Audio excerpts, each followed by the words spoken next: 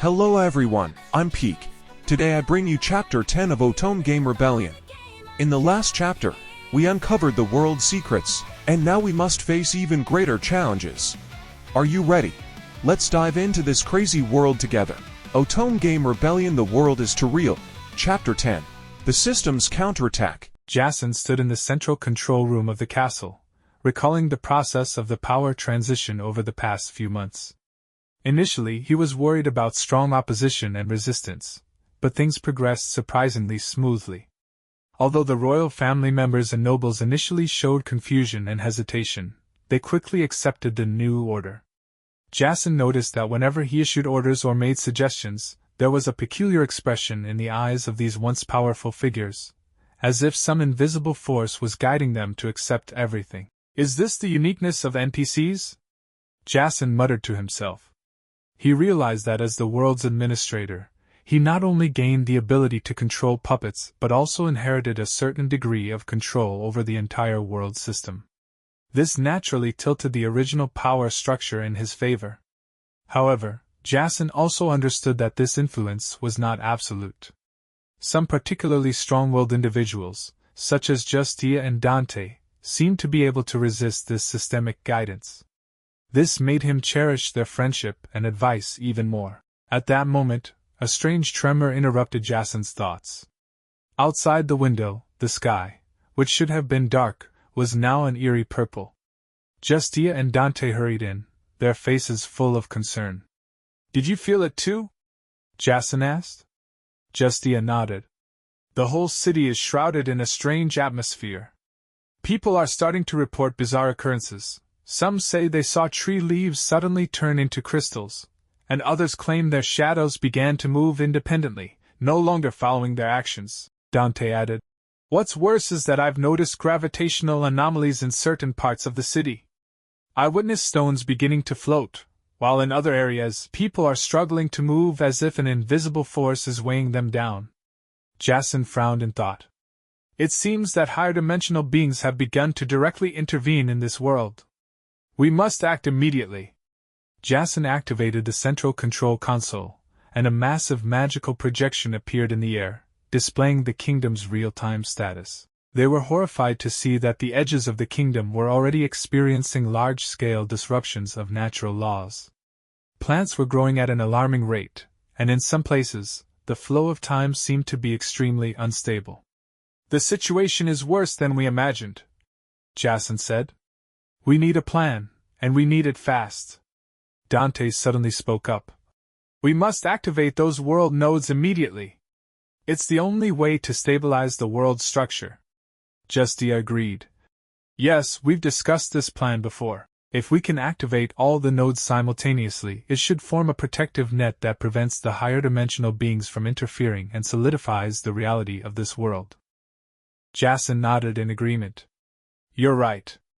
Activating these nodes can not only resist the influence of higher-dimensional beings but also help us further stabilize the entire world system. But the problem is, there are only 3 of us, and the nodes are spread across the 4 corners of the kingdom. We need more help." At that moment, Jasin had a sudden inspiration. "Wait, maybe I can use my puppet ability," he said excitedly. "I can create advanced puppets with autonomous awareness and send them to activate the other nodes." Dante and Justia exchanged a look of approval. "That's a brilliant idea," Dante said. "But are you sure you can control so many advanced puppets at once?" Jasin took a deep breath. "I have to try. This might be our only chance." So, Jasin began to concentrate fully on creating the puppets. His hands emitted a soft glow, and it seemed as though countless tiny particles were dancing in the air. Slowly, 4 lifelike puppets appeared before them. Jasin gazed at the puppets with a complex expression. Their appearances resembled the other romantic interests from the Otome game, yet there were slight differences. The first puppet was an adventurer with slightly messy brown short hair tied with a brown leather headband. His amber eyes gleamed with a thirst for the unknown. He wore a durable dark green coat, a multifunctional tool belt around his waist, and boots caked with mud. He held a delicate compass in his hand, and on his back was a canvas backpack filled with maps and notes. The second puppet was an inventor with fluffy silver-gray curly hair, as if it had been electrified.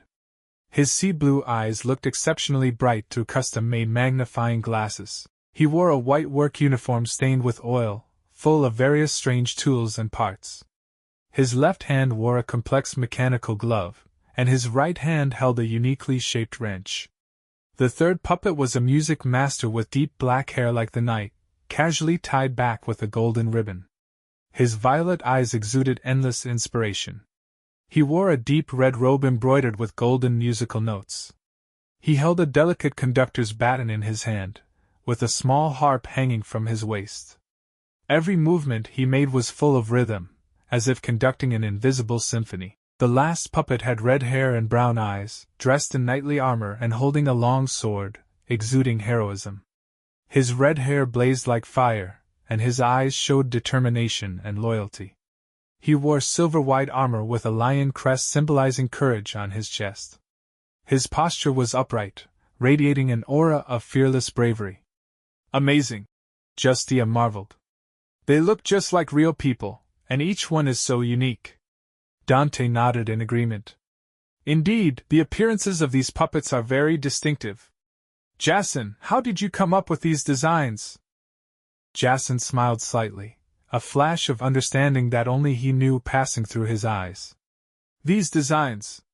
They were just some inspiration in my mind. He didn't elaborate further but continued. I've endowed them with a portion of my abilities. They should be able to think and act independently, and have enough power to activate the nodes.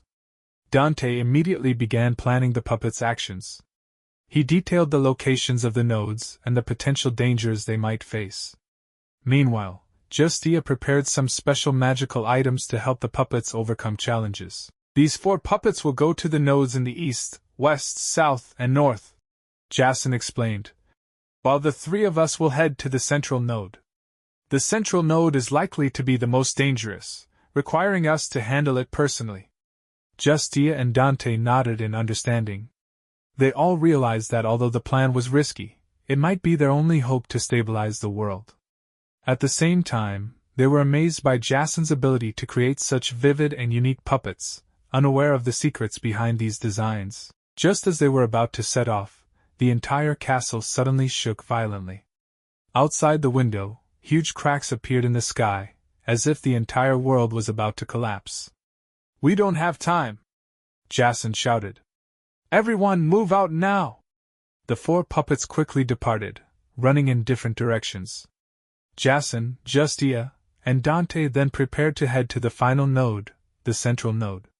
The central node is the most dangerous, Dante explained, because it is the core of the entire system.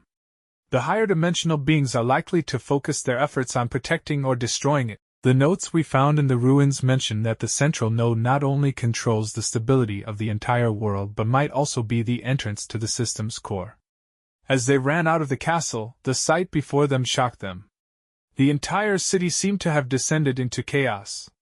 People on the streets were in a panic, some even began to disappear, as if being forgotten by the world. We must reach the central node as soon as possible, Dante shouted, or it will be too late. The trio fought their way through the chaotic streets, dealing with various strange phenomena along the way, suddenly appearing abysses, waterfalls flowing backward, and even flying objects defying the laws of physics. Finally, they reached the central node, an ancient temple. However, just as they were about to enter the temple, a blinding light suddenly enveloped them. Jasin felt the world spin around him, and when he opened his eyes again, he found himself in a void. In front of them appeared a massive, indescribable being. Why are you interfering in our world? A grand voice echoed. Jasin took a deep breath, mustering the courage to look directly at the being. This world doesn't belong to you. It should have its own will and future. The higher dimensional being seemed surprised by this response. Interesting, it said. It seems you are more intriguing than we thought. So let's play a game. Suddenly, the entire space began to twist and distort. Jasin, Justia, and Dante found themselves caught in a challenge beyond imagination. They would have to prove themselves in this game to save the world they cherished. And this was just the beginning of their adventure. Thank you for watching till the end. The developments in this chapter were truly unexpected. Do you think Jasin and his friends can succeed? Don't forget to like and subscribe, and I'll see you in the next chapter.